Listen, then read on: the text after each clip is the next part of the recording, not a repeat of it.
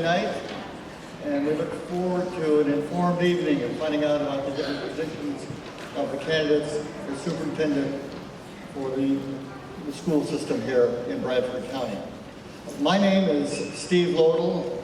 I'm a professor emeritus at Santa Fe College. 4 years ago, I also moderated this debate. I'm also a resident of Bradford County. I live over by Brooker.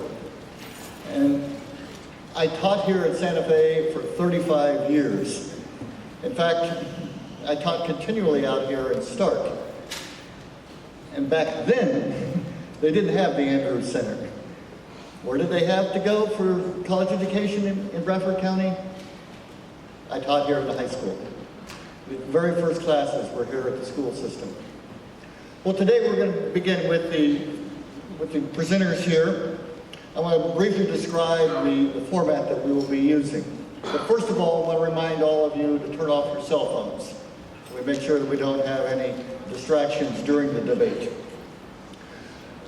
Just a few minutes ago, we had a drawing for speaker positions. We will begin with a 5-minute introduction by each of the candidates. They will talk about their qualifications, why they consider themselves as the best candidate for this position, and the goals that they have. After those introductory statements, we will then have questions. And those questions will be drawn from those that you submitted. I've noticed in looking through them that there are a number that overlap, so I'll be trying to combine those together and asking some of those questions. Each candidate will have 3 minutes to answer a question. We will, in addition, have a 1-minute optional rebuttal from each candidate. At the end, we will have a 2-minute closing. So I'll begin with Chad Farnsworth.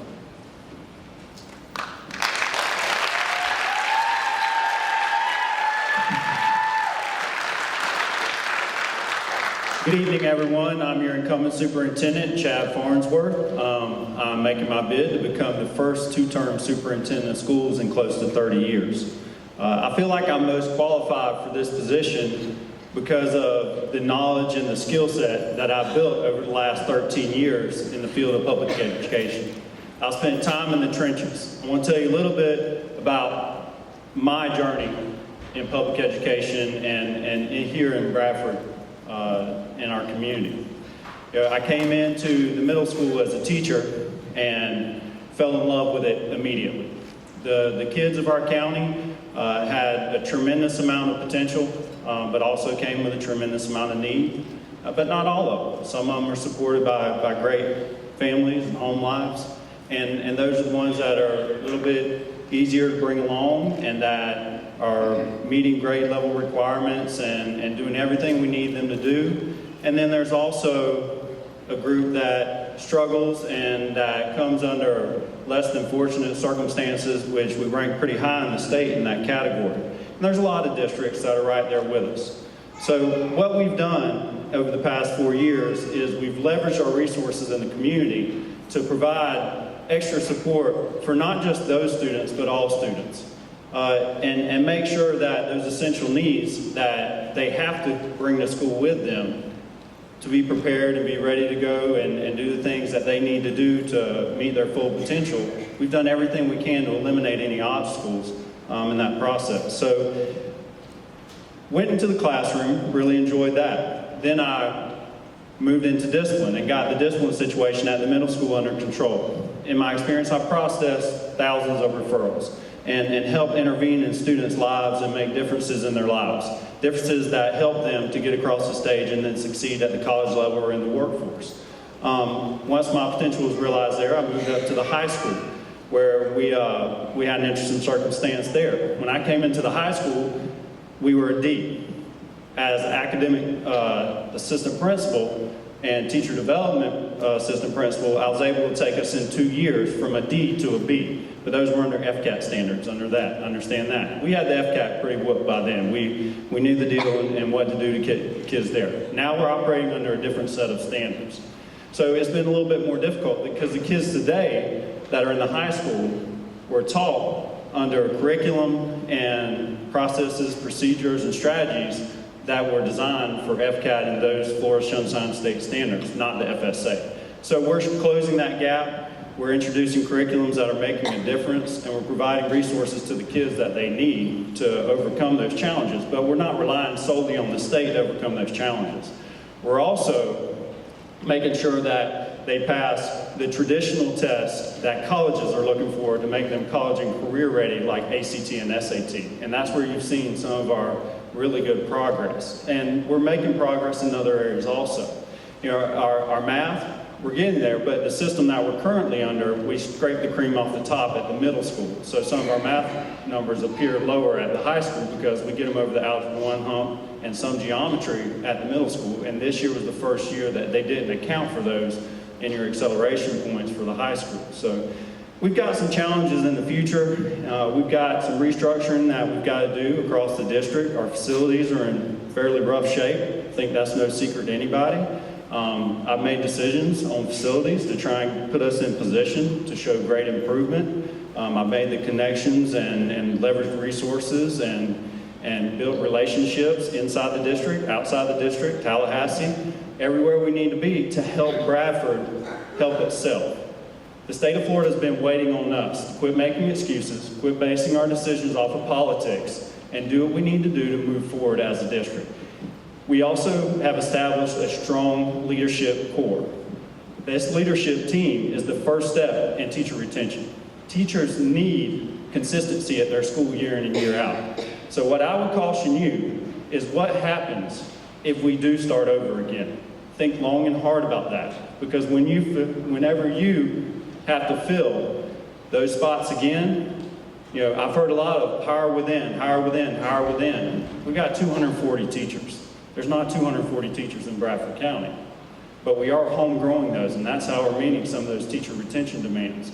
And not all turnover is bad turnover. We do have turnover, but sometimes you got to pull a few weeds for your garden to grow.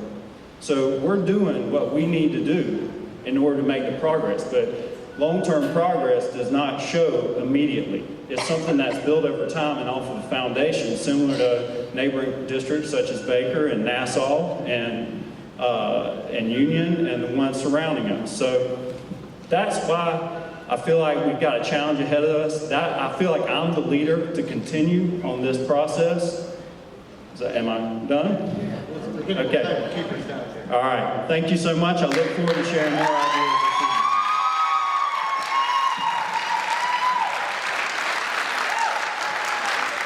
Next, we'll take the team.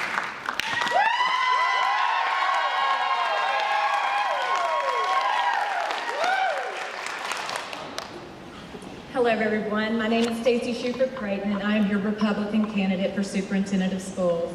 I am thankful you all came out tonight.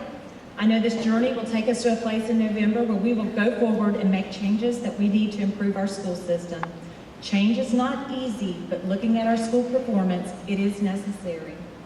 I love Bradford County, and I want to see our academics and opportunities improve. I am from Bradford County. My parents are from Bradford County. My grandparents, my 4 daughters are raised here. 3 of them are currently attending Bradford County schools. I am a product of the Bradford County school system, graduating from Bradford High School, Santa Fe College, and transferring to the University of Florida, where I received my law degree with honors. I'm a current member of the Florida Bar. I got a great education here that prepared me to reach my goals, and I want that opportunity for our students. For your benefit, many have received a voter information guide on the way in, so you can see how Bradford County School District is doing in relation to other districts in the state. For those who did not get one, all of this information is available on my website, stacycreighton.com, and that is Stacy Creighton with an E.com. All of the numbers are from the Florida Department of Education website. Folks, we have fallen to number 59 of 67 Florida counties. Our state grade and rankings are what the people look at when they are buying homes here in Bradford County.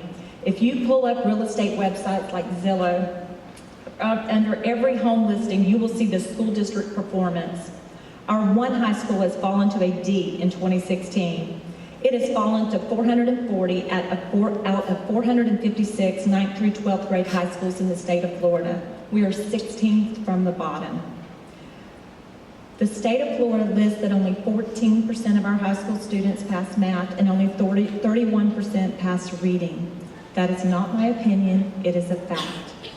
During the course of this election, we have heard from realtors that the low performance of our school system negatively impacts people's decisions to buy homes here in Bradford County. That affects our tax base and our property values. For Bradford County to thrive, we have to fix our school system. Furthermore, the Telegraph ran an article 2 weeks ago listing 8 student interviews of recent BHS graduates. They are included in your election guide on page 9. Please read them if you haven't already done so. These graduates detail the mismanagement of our high school. Our youth should not be treated this way. During my time on the board, I've had many opportunities to interact with our students, teachers, staff, parents, administrators, other school board members, and community leaders to resolve issues vital to our school system. However, school board members make policy. The superintendent is the operational director of the school. That is why I resigned a job I love to run for superintendent, because these issues can only be corrected with the authority that that position provides. Which brings me to the issues impacting Bradford County schools. High teacher turnover. This was listed multiple times in the student interviews. We can fix this by supporting our teachers and giving them the tools that they need to succeed, and recognizing that they are professionals in their field and treating them as such. Organization. Why is it that every year we seem shocked with the start of school? Students enroll in classes and books that were not ordered on time.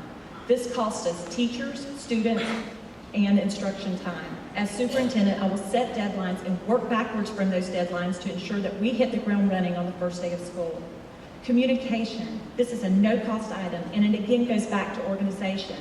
We must plan and then communicate our plans. You must answer the phone and return phone calls and emails in a timely manner.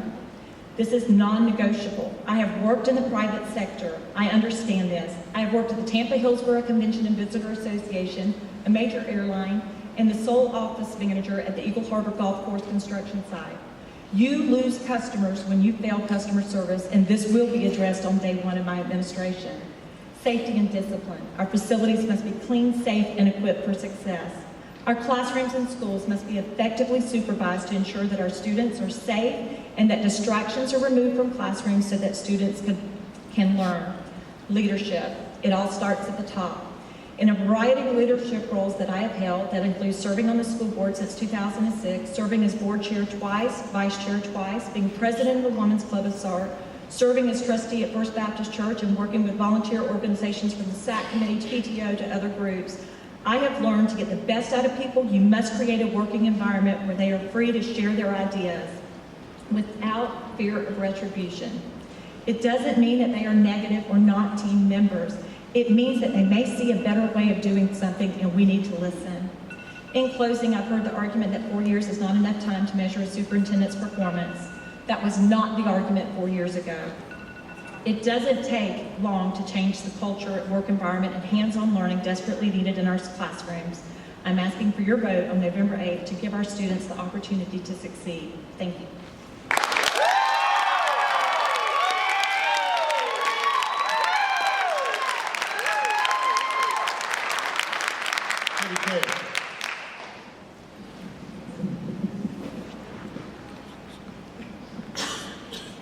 You've got 2 people up here beside me up there that want this job. Which one do you vote for? Come November 9th, when all the signs in this county get put down, you're going to be stuck with whoever you voted for. If you like the Bradford County school system the way it is, and if you think it's got potential the way it is, then put Mr. Farnsworth back in. He is the most trained person up here to do the job right now. If you want change, now I've heard this over and over again from people. We are a C system. We read it in the paper. Mediocre, I think, was the term used over and over again. That is not fair to us. That's not fair to the Bradford County school system. It's not fair to our children. Our children deserve better than that. We all have a lot of education. I'm working on a doctorate. We're all highly qualified to do it. Question is, which one of us is going to do the job when we get in that office? Who is going to get in that school classrooms, and who's going to ask the teachers what they need? As superintendent of schools, you don't work for me. I work for you. It's that simple. Who knows best how to teach a classroom than the teacher doing it? Who's down there asking them? It'll be me. Who'll be riding the school buses to find out if things are the way they should be? Me. Who'll be in all these places trying to find? How do you become aware of what's going on in your school system if you're not out there walking the beat? I grew up in the prison system. 40 years I worked in the prison system. 30 of it in two max units, FSP and UCI. So security, discipline, know all about it. Been there, done that, floors, death row, and etc. But a warden does not walk his compound once every 6 months. He walks his compound every week, which means every week I make a commitment to be in every school in this county sometime in that week. Be in the classrooms, not as a criticism, but as to find out what you need, because that's what it's all about. What does being the superintendent of schools mean? It means I am responsible for 1,800 children, as if they were 1,800 of my grandchildren. That means I want them to school safe. I want them fed properly. I want them taken care of. I want them treated in those meetings as I would want my own grandchildren to be treated. And if that's what you want, if you want somebody that's that dedicated to getting this job done, I am your candidate for change. I can't see 4 years and 10 years as a recipe for change. If change was to be made, it should have been made already. If you like it the way it is, put Mr. Farnsworth back in there. If you want change, if you want somebody to go down there with the energy to find out what needs to be done in the classroom, to find out and fight for our children, to get tutoring classes going, to get us up to speed, we cannot win this war if we don't win it in the elementary school. When you take kids that are 2 years behind in reading and math and you throw them in the middle school, where the program is to let go of them so they can be ready for high school, how do you let go of a kid that's 2 years behind in math and reading and expect him to succeed? How we fix that? He gets there on grade level. Then the process can take place. Our battle's in the elementary schools. We need to get them going. Yes, we need tutoring classes everywhere else. But a real battle, we cannot win this war if we don't win the battle in the elementary school. Because then our kids go to the middle school and they're ready. We need it. Mr. Farnsworth started with laptops, with all them, with the technology. Our kids need that. Because we don't live in a world of our grandfathers anymore. We live in a world where our kids have to compete in an international market. They have to go to college and fight with other kids that come from different worlds, and every one of them is unique. Every one of them has a potential to be great, and we need to lift them up to be that way. It's not going to happen if we don't start this war down there.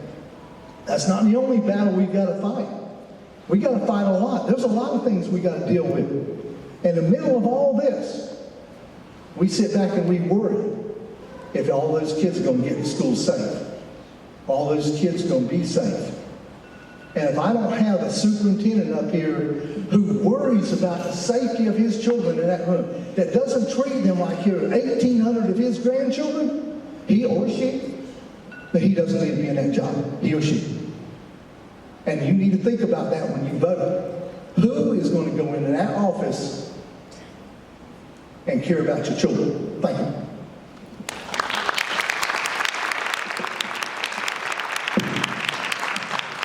Thank you. We'll now begin with the questions. There were a number of questions that I saw that you submitted about concern with the low school rankings here in Bradford County. All of the candidates referred to this in their remarks, but I would like to ask them, for the first question, to be much more specific. And if they could rank order this, what's number one, first thing that they would do to improve the rankings of our schools here in Bradford County? But what's the second thing? Would it be changes in the administrative culture? Is it have to do with teacher pay? Is it having to do more with teachers teaching to the test? Or is it having more to do with teachers being responsible for their own classrooms? How do they perceive the culture here? And what specifically would they do first, second, and third to improve things? We'll start with Chad Farnsworth.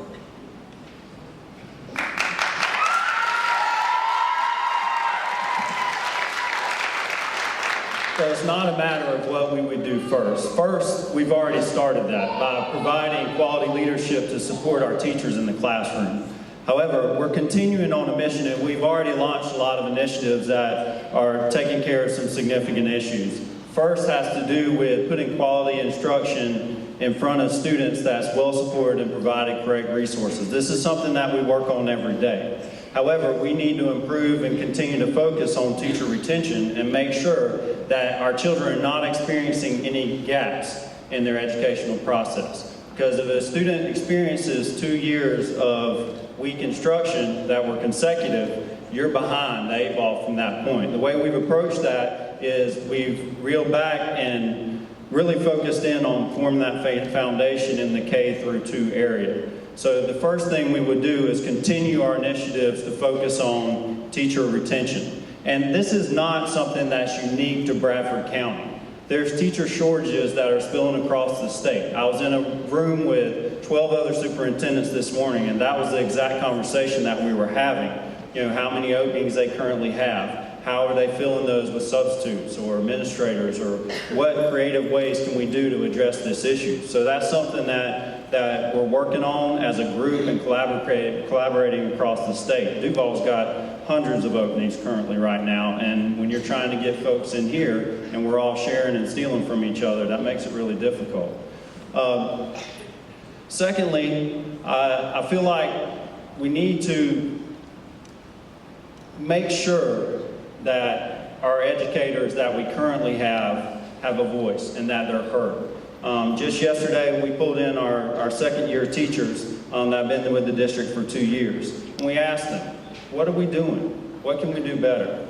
What can we do to improve your experience in the classroom and in turn help out the folks that are bringing their kids into our system, and how can we do a better job of retaining you as a teacher? So just supporting those classroom teachers and make sure they feel that they're adequately supported. You know, they talk about a drop to 57 in the state. That didn't just occur.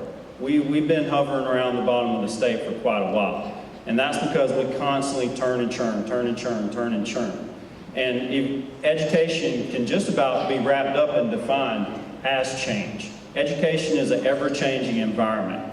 But if you continue to change the pieces within your system, there's no way you can keep up with the change that naturally occurs in education, whether it be from Tallahassee or from one legislative session to the next. So we've got to have some consistency and continue to maintain that leadership.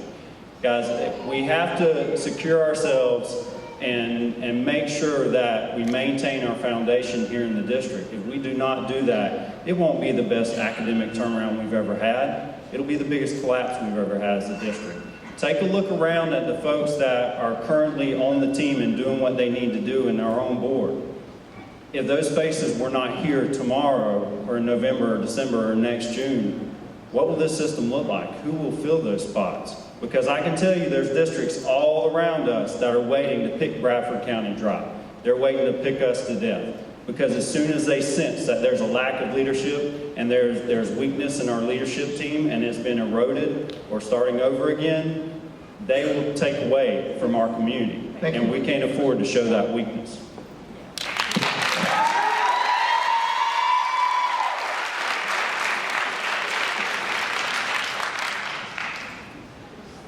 To turn around our schools, we have to address teacher turnover. The continuity that we need in the classroom is not there. We have very high teacher turnover. They are retiring mid-year for no reason. They are leaving our school system to take a pay cut to teach in another county with the same state standards. Kids just like ours, and they're successful there. We have to look at our leadership. You can have continuity in leadership, but you're not going to help those school scores till you get continuity in that classroom.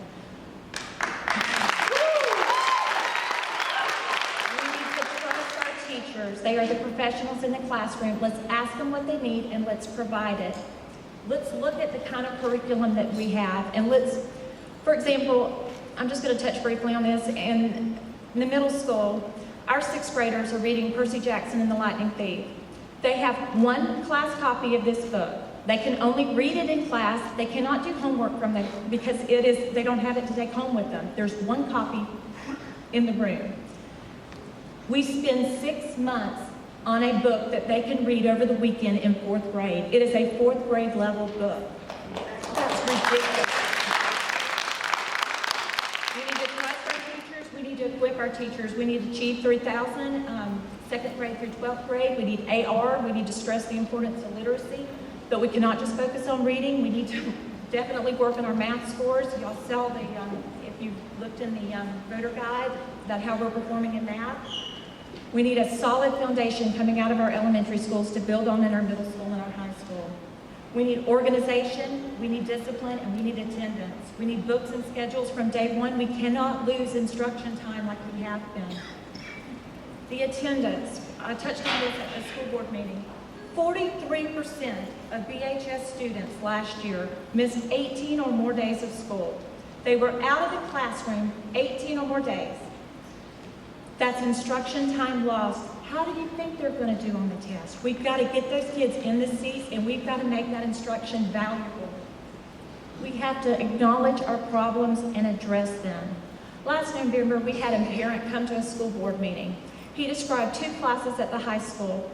One, he said, was an English class that his 10th grade daughter was in, and said the teacher missed a lot. The other class, he said the discipline was so bad that the teacher could not get through the material. He left that meeting. The principal was there, the assistant superintendent, and the superintendent. Not one person called that parent and asked him what classes he was talking about at the high school. Not one person cared enough to address those issues. I waited and I called him and he said, ma'am, you're the first person to call and ask. Thank you. We've got to do that.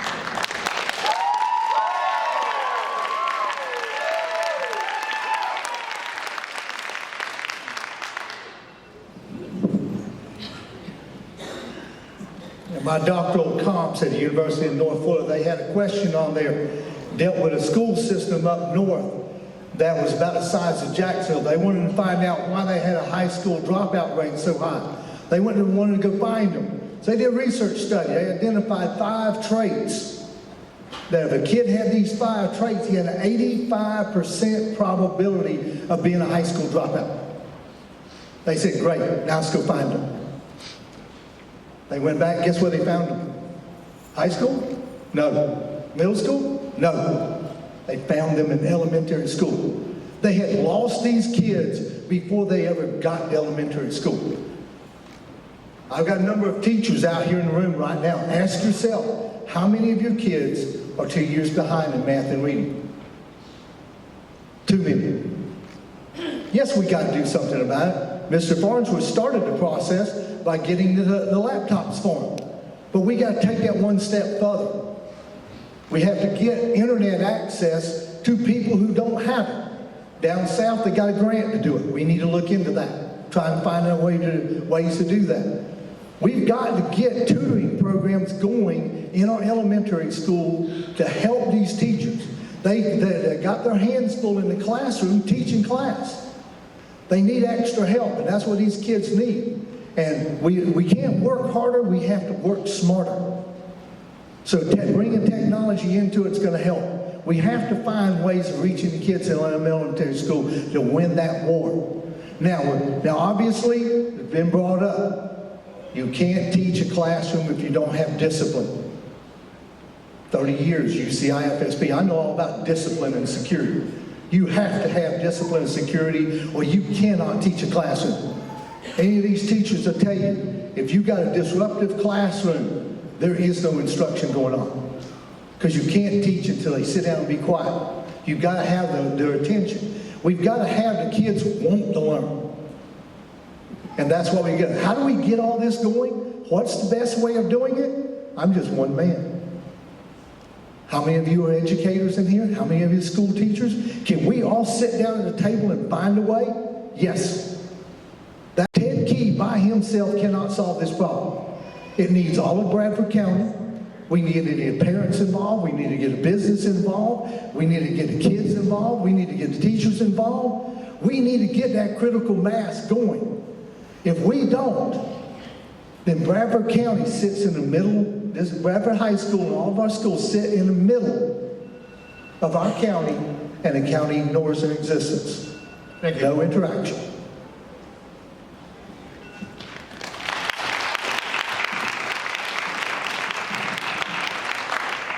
This is optional, but if you would like, we have time for a 1-minute rebuttal. Would you like a rebuttal, or? If you want to come up here, or would you like to use the microphone and stay seated for a rebuttal?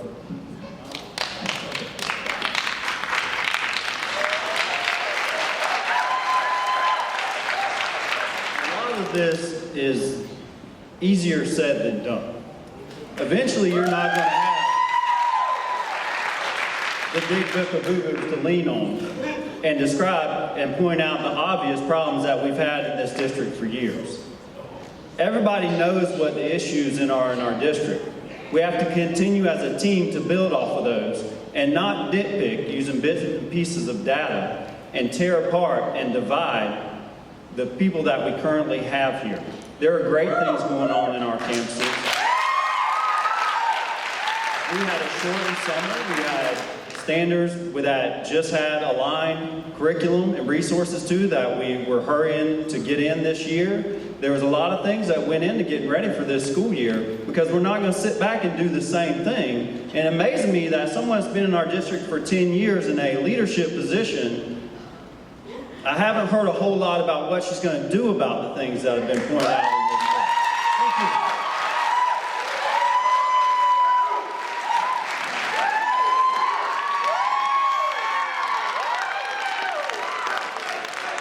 Perhaps Mr. Farnsworth wasn't listening, but I laid out clearly what I would do about this. You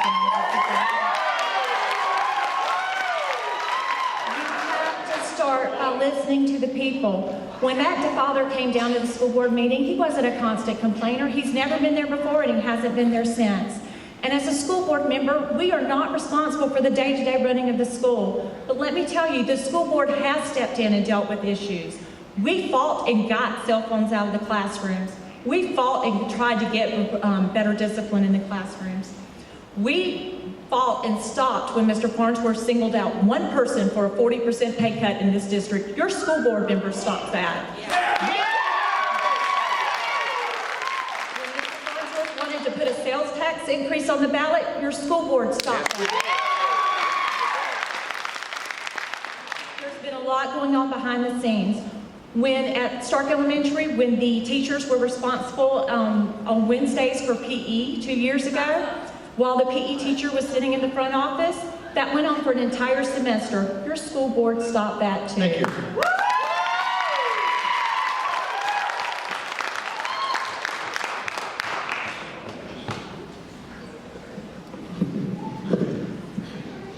They're right. This is not going to be an easy fix. Nobody's going to walk into this office November 9th and magically fix Bradford County school system. It's not going to happen. It's going to have to take a team approach. It's not going to take just the superintendent.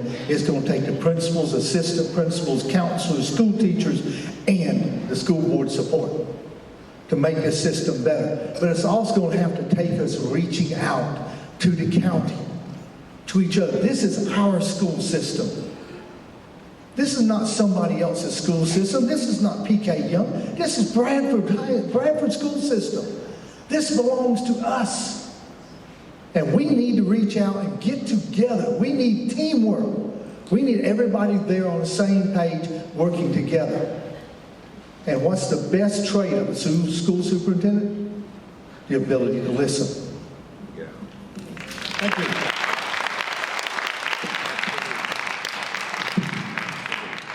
For the second question, we will start with Stacy. The question is, how would you assess the school system's budget?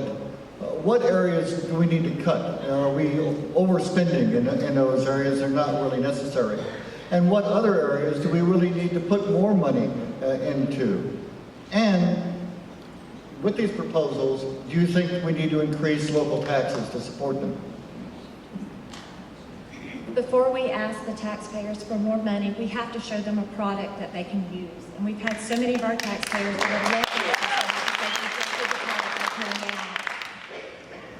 I believe our number one issue where we should start with our money is curriculum. Our teachers need strong curriculum that they can use in the classroom. They need books in the classroom. We have Chromebooks for most of the kids, but not all. I had a mom that was telling me at a ball game that her daughter still doesn't have a Chromebook, but a lot of the curriculum is already on there. The middle school curriculum that they needed for science, they don't have. Our AP students did not start with the books that they needed. We have got to start from day one and not miss a day of instructional time. And we've got to get our money organized and in place from day one with the things that we need in the classroom. The unnecessary, I believe that we can look at where we can trim. I think the school board has been doing that, working with the superintendent. But we have to focus on classroom. We need to make our classroom the center point of our schools. And that should be our focus from day one. Thank you.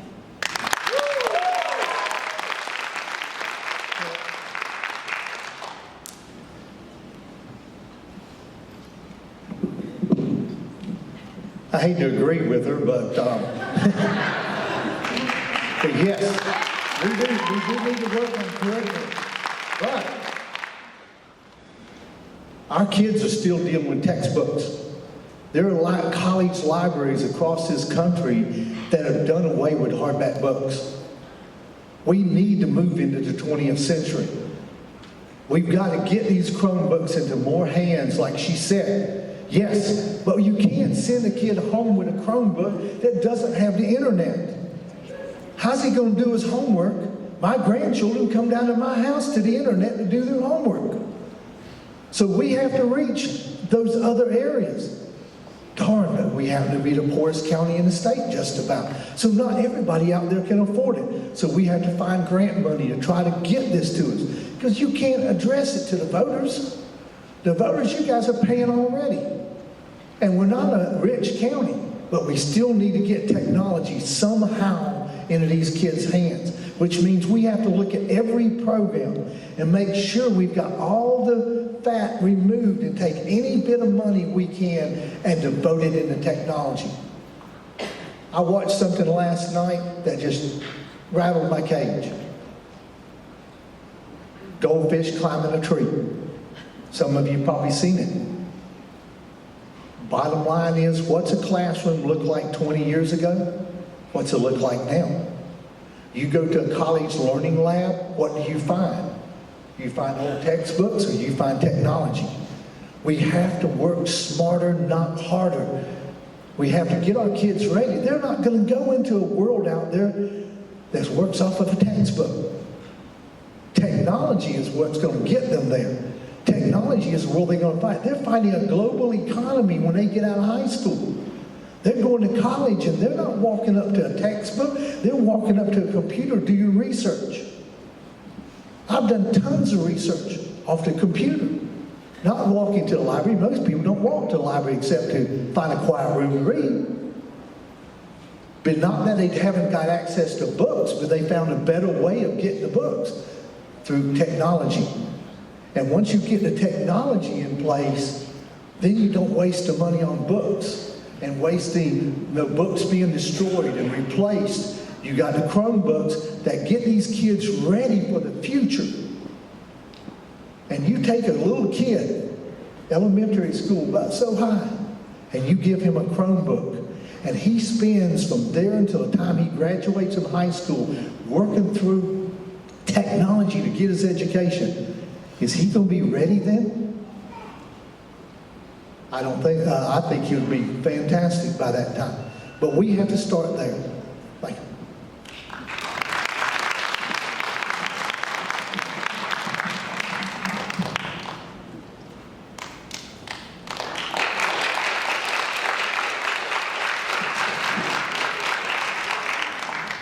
Our finances. First of all, let me explain. I inherited a school system taken over as I guess you could call superintendent slash CEO, took over a school system that was living beyond its means, which the budget falls widely under the scope of the school board, and for years have been living off of its savings account and under really poor accounting practices. So I spent a majority of my first time crunching those numbers, looking for budget cuts, which I was criticized about, which Mr. Cox, this place is beautiful. He's our facilities director now. That was not the person I singled out, but that was the line on our budget that we had to make some sacrifices. And one of our dear team members made those sacrifices, but it was through a retirement and a transition, and we had to make savings.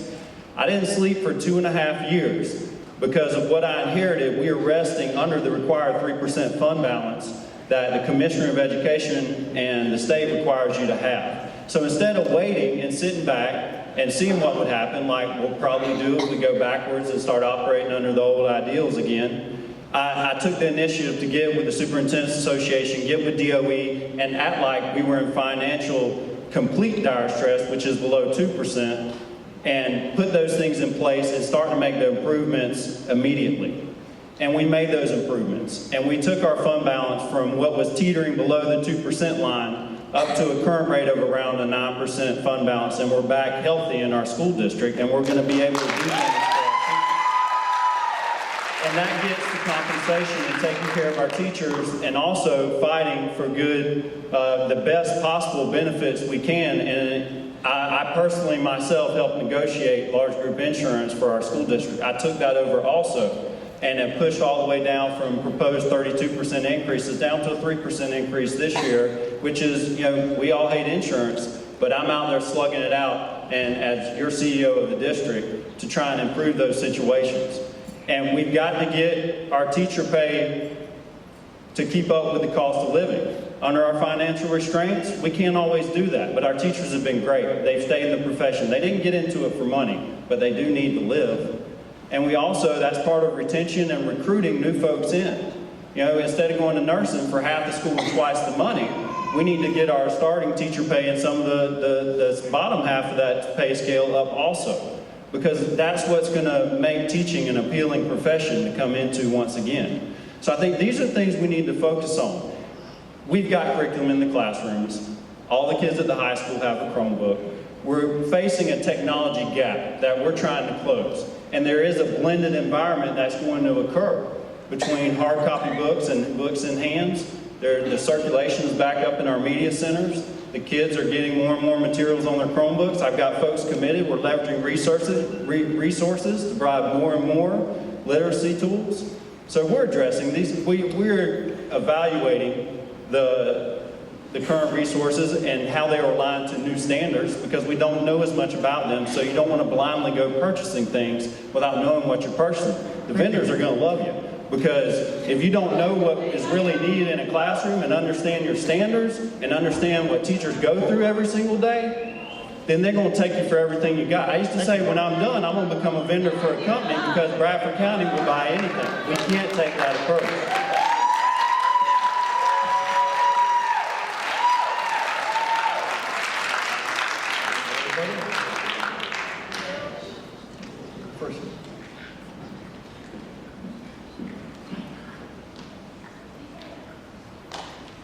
This is a paperback copy of the lightning thief that they're using in the 6th grade classroom. It costs less than $7 on Amazon. They could have it here tomorrow.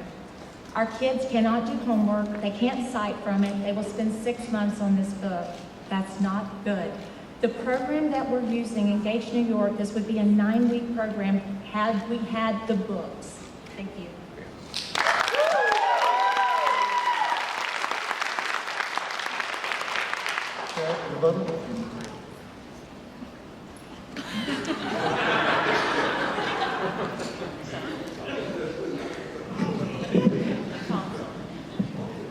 Envision this. Kids walk into a classroom with their Chromebooks. They sit down on a line of tables, stand their Chromebooks up, plug in. The teacher works off the overhead, and when they go home, they pick up right where they left off in the classroom. Is that today? No, but we had to start somewhere. Mrs. Farnsworth started somewhere with the Chromebooks. Are we finished with it? No, we're not. Not even close. But we need to go that direction, don't we? We need to be able to show something that's not being done now. Excuse me, you misstated your name. I'm sorry. No, I just misstated your name at the beginning. I'm sorry.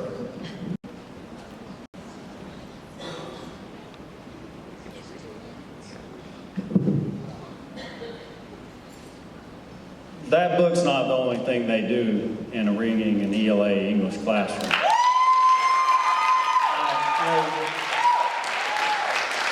You understand that if you understand the classroom strategies and instructional strategies that go into teaching ELA English and the demands that are placed on our students and teachers today. Our 6th grade teachers are doing a phenomenal job using constant strategies and a wide variety of resources to support their kids. And the reason that book looks so tattered is because they're tearing it apart with strategies. They're in there going through it page by page. It's not a bunch of popcorn reading that would go on if we straight lectured from the front of the classroom in an old style of instruction. There are a lot of strategies going on. It's not just one book that's existing in those classrooms. Ms. Hawkins, Ms. Schaefer, I'll call them out by name. Go ask them. They're the 6th grade ELA teachers.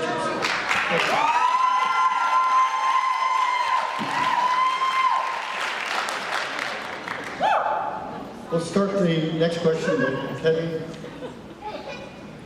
There were several questions about the need for a new school here in Bradford County. What is your position on that?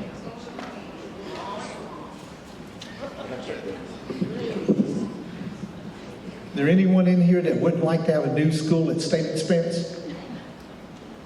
No county money, state's gonna pay for it totally. Anybody in here not want one? The question is, where do you put it? How do you get the kids to it? The longer you put kids on buses to a school, the more risk you take on them getting hit by a tractor trailer, like happened over in Leon County. Bus stops, one tractor trailer stopped, the second one didn't. There's nothing left of that truck up to the windshield. 60 kids to the hospital, 6 by lifeline. As superintendent of schools, that ought to hit you so hard in the heart, it ought to put you to your knees because those kids are your kids. Do we need a new school? Probably. We have a lot of old schools that are falling apart, and whether or not you can spend enough money to bring them up to standard, or is it better just to go build a school? Well, guess what? If you're going to remodel Southside, guess who has to pay for it? You're going to remodel the middle school? We're going to build a new school? The state. That's got problems. There's issues with it. Everything that comes to it, from physical plant design to whatever. Plus, we just recently had Hurricane Matthew. How many of our schools are emergency shelters? Is that school going to be ready for emergency shelters? Yeah, we need a new school.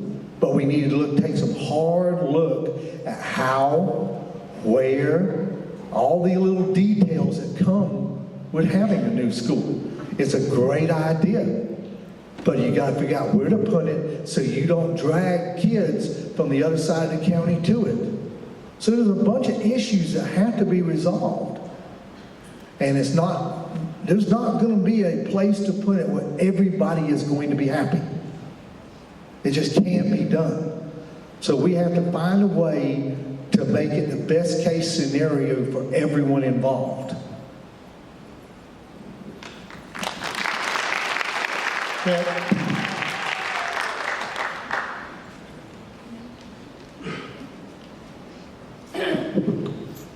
This is a plan I've been working on for 2 years.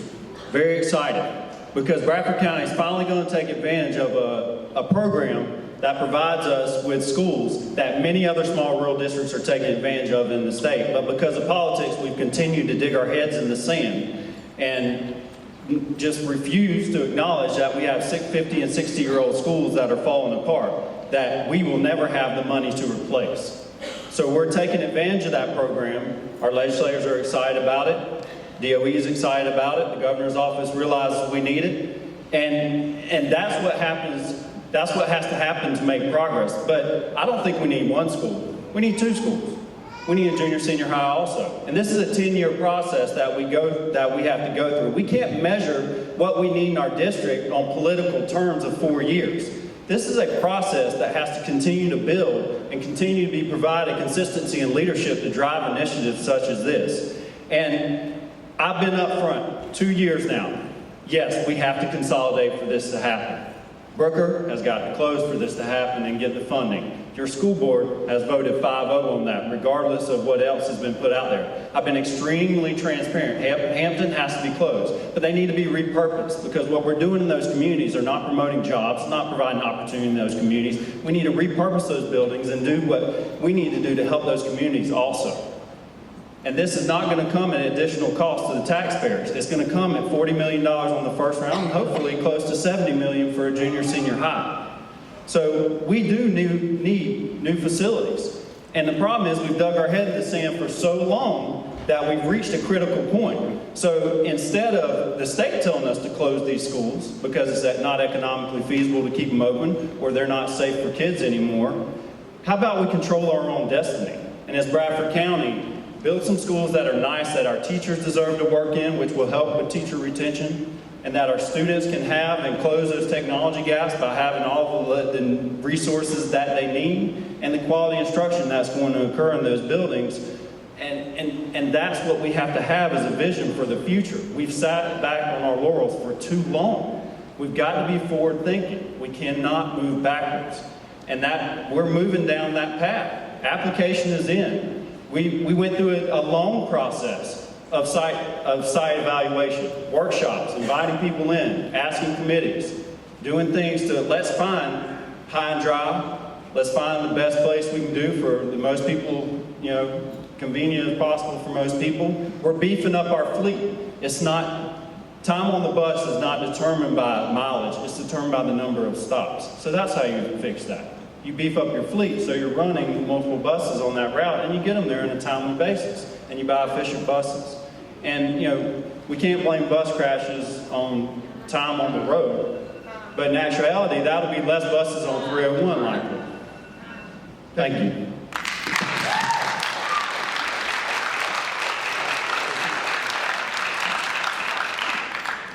To be clear on the new school, the school board is supportive of it. We did vote 5-0. We do need a new school for Southside, and no one is going to turn down that money from the state. No one. Just want to clear up one little comment from the last time. That book is not from the Bradford Middle School. They're not allowed to take their books out of the classroom. That's a home copy that my 4th graders read in 4th grade. So that's why it's so tough.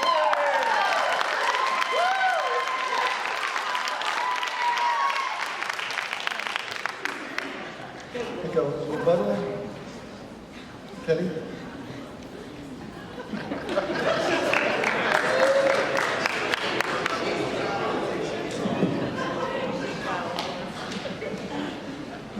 Do we have a choice? Do we have a choice? Do we get a new school? The smart thing is yes. That's not the question up here. It's not a question of, do we want this school? Absolutely we want this school, and we need this school. If you've walked through some of our schools, you know about the problem. Remember that classroom I visualized a minute ago for you? Why can't we build it that way to start with? Why can't we kick this technology jump out right there? We still have to pay attention to all the other factors. You, the voters, need to stay involved, like you talked about, the workshops, to make sure your voice is heard. And again, I'm sorry, but we're not going to make everybody happy when we build this school. And do we need a second one? Absolutely. If the state will give me 5 of them, I would take it. If the state would fund 5 new schools in their budget, we'd be a fool not to take the money. Not when you look at Bradford County and where we sit. on the amount of money in our county. We need a new school, yes. You need to keep everybody accountable on how it's done though. Thank you.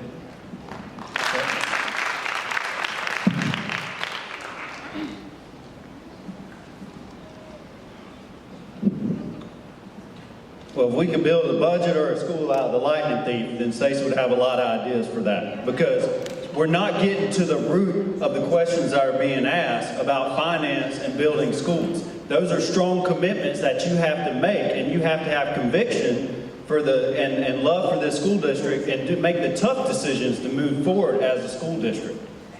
You cannot avoid those things.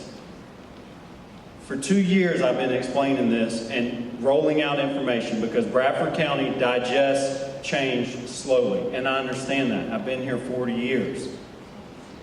I also digest change slowly, but I'm methodically and strategically think about how can I help my fellow community members? What can I do to enhance the education of your kids and my kids? Those are the challenges that I'm willing to take on as your leader. Not to skirt them, not to avoid a 17-year-old mold issue that would have prevented us from doing anything. What happens if that went down and Southside went down at the same time? Addressing the things that are not popular, no matter what.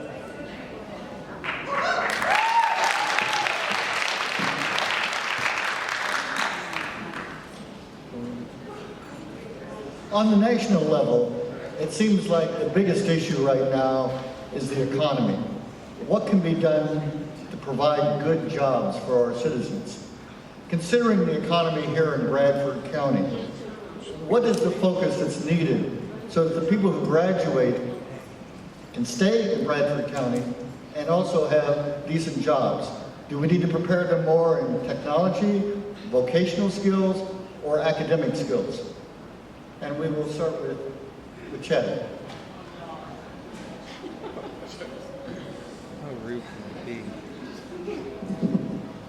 I think it's all of those things. We have to prepare them academically. We have to help them with hands-on and learn trades to support different trades in our community. And what was the other one you said? Technology. And technology also. And that's why you look at the success of our tech center now, and all the programs we've got that are hustling and bustling and being very successful because we've got a great team down there, and we're preparing people in health sciences where there's a lot of jobs, and we're preparing people in technology, and we're looking to expand those programs. I mean, how nice would it be if we repurposed Brooker, shared it with Union County, which we already do our tech center, and got Santa Fe involved, and maybe repurpose that way, because that would maybe boost some economic conditions and create some jobs. You know, we are a key part. It's chicken and egg, but we are a key part, and we take responsibility of economic development in our community, because if we do have jobs, we do have to provide graduates that have a skill set, whether it be academic or hands-on. Are all students going to go to college? No, they're not all going to go to college. But and a large portion of our country wasn't built on folks that went to college. But we want them to. But we bridge that gap through valuable resources like Santa Fe College offering certificate programs and hands-on programs that are going to put a workforce that's available here in our community to do different things. You know, wouldn't it be nice if we're building a few schools over the next 10 years and we could use local contractors and put local workers that we train to work in them? So there's a lot of things economically. We've got some natural boundaries around us and we're insulated in Bradford County that we can promote, but we have to have an open mind. We cannot, bunker down and focus on the negative and not have an open mind to change. Change is not easy. Change hurts. Change takes time and it takes grit. And that's what we're forming as a team of educators, not just administration, teachers, support staff, bus drivers, facilities, cafeteria. We're forming a team that has grit because we have to have that grit to move forward and make the change and have it for sustainable success, not little bursts on the whims of the state and what new regulations they throw at us on a year-to-year basis, but sustainable success. And that's what we're looking for. And that takes a strong foundation to build off of. And that's what we've built the last 4 years. And we'll start to see some economic growth if we continue the path. And it starts with our education system. And you're gonna see those improvements, but you've got to stick with it. We cannot start over and, God forbid, go backwards. Thank you.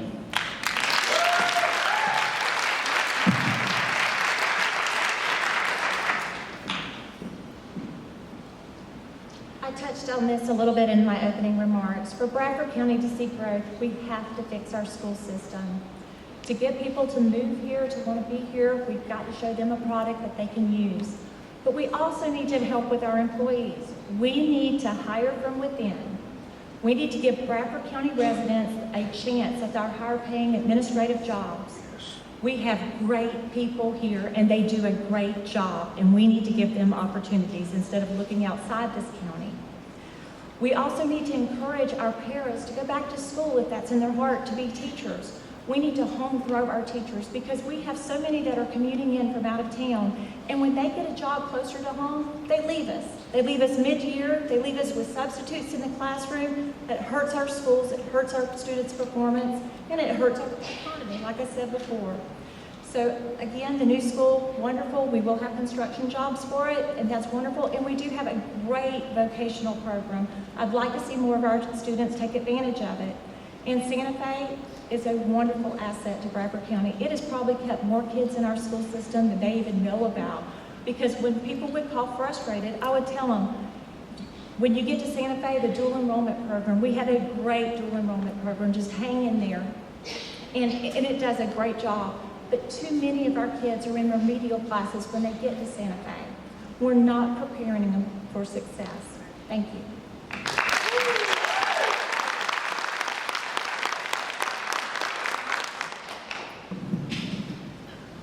How do we improve the economic condition of our county? Getting new businesses in, getting new upstarts going on in our county. But when a big business wants to come in and bring 200 people in and open up something in our county, what's the first thing those administrators want to know? What kind of school you got? Because my kid's going to be going there.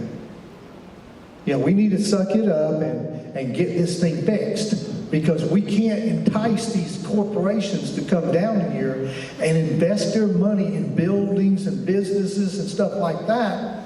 We can't expect them to wait on us. They're not going to come down here and start and invest a couple of $1 million in a building, increase our tax base, make us have more money available if we can't offer them a quality school. So yes, we need to do that. And this new school is a big major step in that direction. We need to do it right. Secondly, when your son or daughter graduates from high school, if they don't have a marketable skill, they have one of two choices. They can go to college, or they can wait on tables and work at McDonald's. If they graduate from high school with a marketable skill, dual enrollment, vocational programs, these are not a want to have, these are a got to have.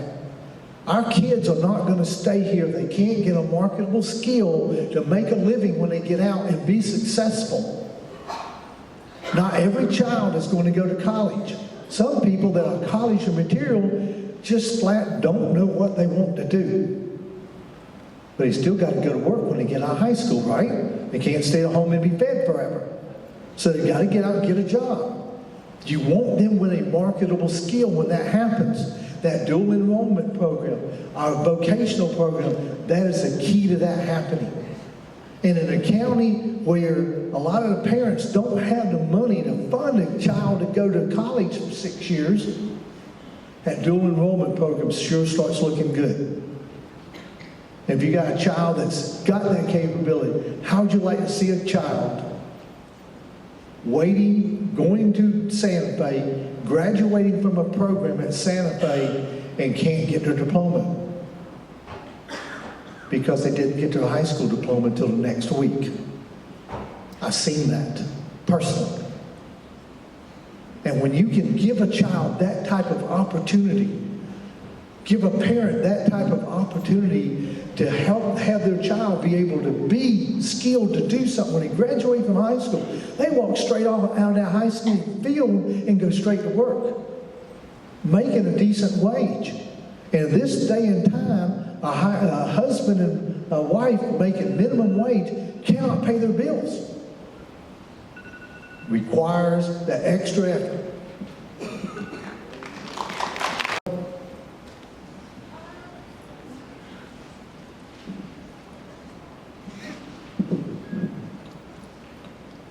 We're continuing to improve those programs that will help improve our economy here locally. Our tech center programs that are partnered with Santa Fe are doing a really good job. And I want to talk a little bit about our kids who are behind whenever they reach some of the levels, and their time is taken up with remedial classroom time, and they might miss out on some of those. You know, we brought up our 3 largest elementary schools from F data to C schools since I've been in office, and that's very important. But it's been done through the support of some of and for our neediest students, and some of our demographics that struggle the most, whether it be lowest socioeconomic or tough social issues that they've dealt with for years, or perhaps their exceptional education, meaning they have a disability. 21%, we're at the top of the state of students that have disabilities, 21%. But we're servicing those students. We've got one of the best directors in the state currently running that department. We've made tremendous progress and doubled our graduation rate in that area. Those are the students that are going to help and support our economy here in Bradford community also.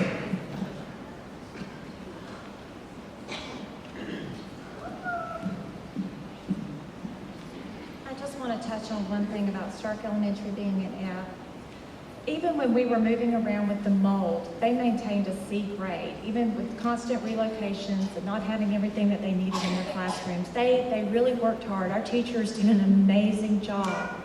It was when they were back in school that it fell to an F, and it was under a new administrator that was brought in from out of the town.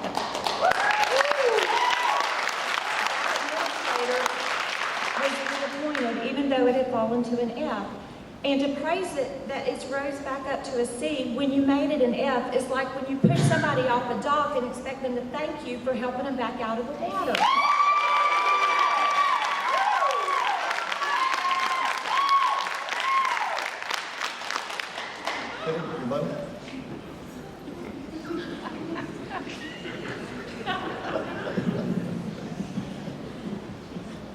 We can sit around and throw stones at each other, we can get it fixed. Our kids need us all on one team behind them to get an education. Vocational education, preparation for college, whichever they go. But we can't do it by ourselves. It's going to take a commitment. We've got some of the best teachers I've ever seen working for us. They do a fantastic job. How do you differentiate a giant daycare from an educational institution? 1,800 kids in a giant daycare. You still fund them back to school, you still give them activities, and you still feed them. What makes the difference? The teacher in the classroom. Everybody else, from the superintendent down to the maintenance person in the bus garage, are support staff of that teacher. If that teacher doesn't have the support, doesn't have the materials to work with, it's just not going to get done. And who's going to suffer? Thank you.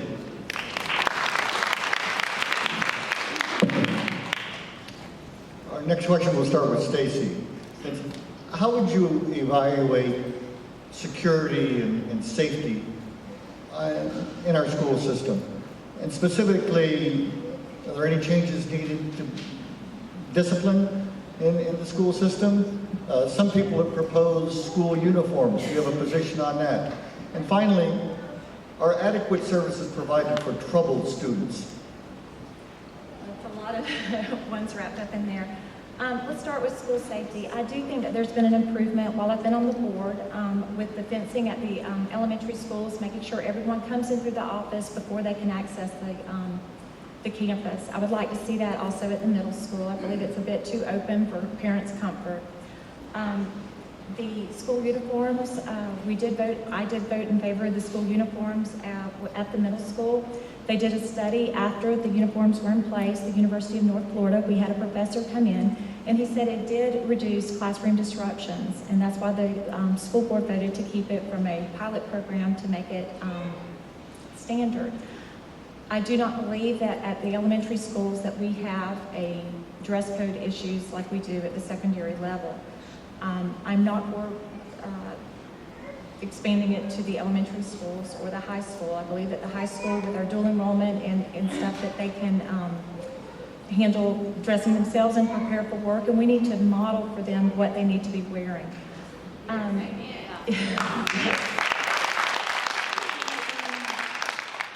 troubled youth, I would like to see better services for them at our big unit. I have close friends that have worked there with them, and I really think that I want to make that a focus of my administration so that we're not just housing them, we're educating them. They need those skills the same as everybody else. We need to deal with the issues and prepare them for work and college, hopefully. Thank you.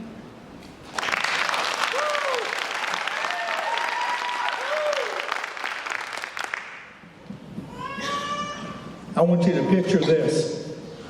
12-foot chain link fence, razor ribbon all the way around, a single port to get in and out, drug dogs at the metal detector to scan as you come through. Have I just described UCRFSP? No, I just described some of the high schools in this nation.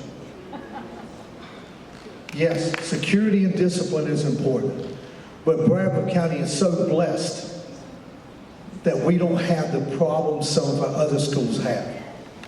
Did we have a drive? We're blessed.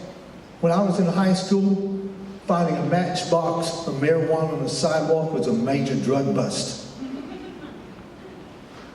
Nowadays, a school resource officer would throw it in a toilet and flush it, not even worry about it, whether it would be worth writing a report.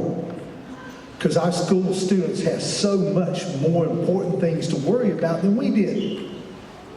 I mean, this world's not a pleasant world to live in. And they come from that world into our world. And we need it to be safe. We need our schools to be hallowed ground. Not in terms of faith, but in terms of safety. That's where I come from, that world. We need safety, we need security, but we don't need to turn our schools into a prison to get it. Then all of a sudden we kind of lose the purpose. Where's the learning environment when you create a school system of that nature? When you put that kind of a situation, when the kids go through that every day. School uniforms, I'm really not all that in favor of school uniforms, but at the same time, they might be the lesser of the two evils. No, I don't like kids having to wear uniforms. But I also don't want kids dressed the way they're dressed when we came up with the idea of school uniforms, because there was issues. So we either got a choice: a more stringent dress code or school uniforms. School uniforms became the lesser of the two evils. But don't like them. Didn't have to go out. Didn't enjoy going out and buying 16 pair for grandchildren, which I'm sure all of you have had to do too. But it's a necessary evil for that. Now, but as far as security, we don't need what's happened some places around this nation. We need to make sure our schools stay small enough that we stay involved enough in our children so that we know what's going on. Columbine didn't do that. But you saw the aerial pictures of Columbine. That wasn't a little school. That was a little school of 5,000 kids. 5,000 kids, 3 got lost, didn't they? And we saw the result. Thank you.